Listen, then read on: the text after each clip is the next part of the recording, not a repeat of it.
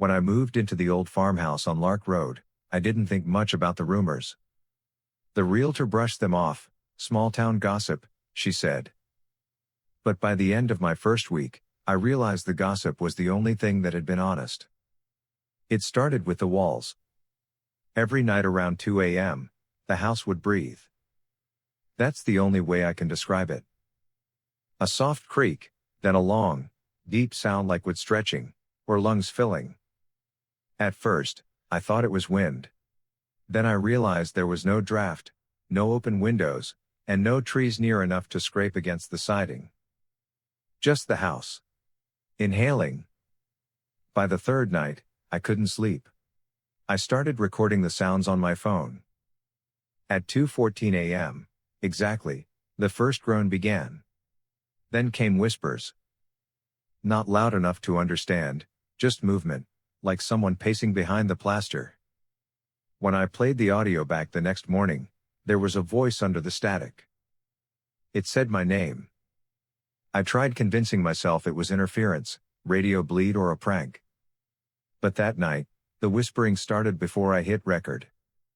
I grabbed a flashlight and followed the sound to the basement door.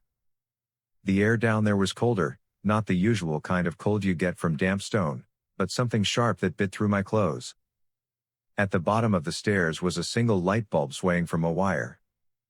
I hadn't left it on. The bulb flickered twice. And stopped swaying.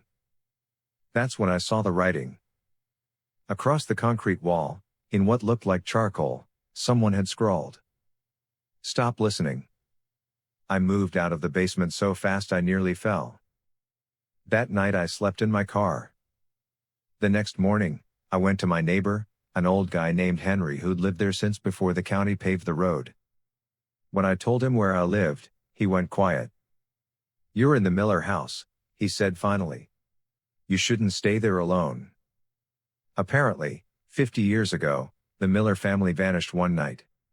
No signs of struggle, just gone. Neighbors said the sheriff found their dinner still on the table, candles burned to wax puddles, and the radio tuned to white noise. Henry said the house kept talking for weeks afterward.